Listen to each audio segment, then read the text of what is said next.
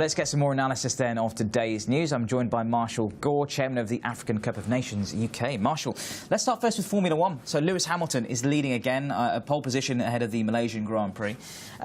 Can anyone catch Hamilton this season? The Mercedes team just seems so dominant at the moment, don't they? He's on fire, and he started on the season very well.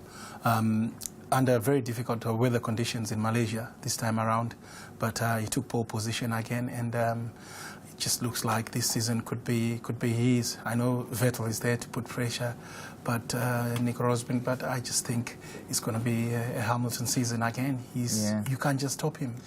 The car is playing a very important part in the whole sort of dominant factor here, isn't it? So the Mercedes team is very much leading the way. Do you think that anyone can compete with the Mercedes team at the moment? Ferrari seem to be in and amongst it again this year. Yeah, but I don't think so at present, because the dominance we saw it from last season again, that their two top drivers actually dominated from Formula One.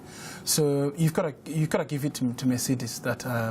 Whatever they're doing, they must be doing it right, and Lewis has got a very good technical team behind him, and they seem to be spot on in all their plans and everything. So sure. Kudos to them. Bernie Ecclestone, the Formula One chief, has said that other teams need to up their game in order to stop that dominance. So he doesn't have a problem if it's Nico Rosberg and Lewis Hamilton winning first and second, or coming first and second every race. So, you know, is there an element of sort of boredom that might creep into Formula One if it's just the same two winning all the time, or does Ecclestone have a point where the other teams need to innovate?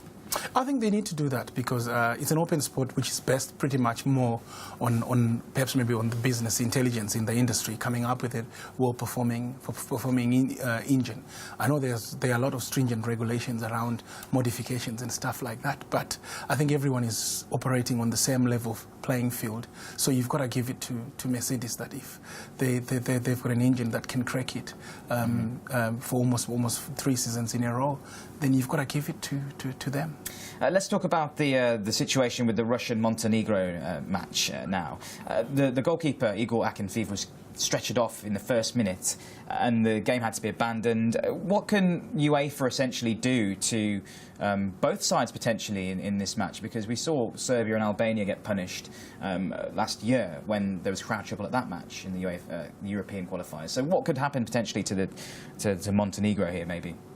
I think they need to be tough. They need to be tough to the Montenegro Football Association as well, because it's the Football Association that then implements stringent rules to be tough on eliminating those funds that cause the huge disturbance. But again, we see another thing that this seems to have been dead in football, but it's football violence in the terraces. It's coming again with such an intensity that a game had to be abandoned, and the way UEFA officials, even you could see that it was a very tense game from the beginning. You know, I don't think the game should have actually started, given the intensity of the rivalry and the trouble that was brewing. So I think the UEFA should clamp down on Montenegro, and vice versa. Then the local football fans, if it means them being starved of international football, playing all their games away, that needs to be implemented and send a message. Actually, that behaviour is unacceptable.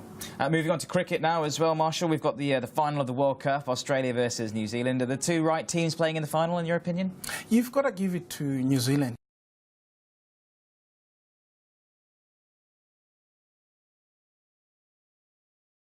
Very open one, given that the phone book, I think the phone book is with New Zealand, but then history is with Australia, that this is their 7th Cup final. They've won four of them. So when you look at it from that perspective, it's like a David and a Goliath affair. But this is one-day cricket full of surprises. I'll stick with the underdogs on this one. Oh, okay. So you fancy the New Zealanders then? I just think it's their year, the way things, the way they dismiss South Africa.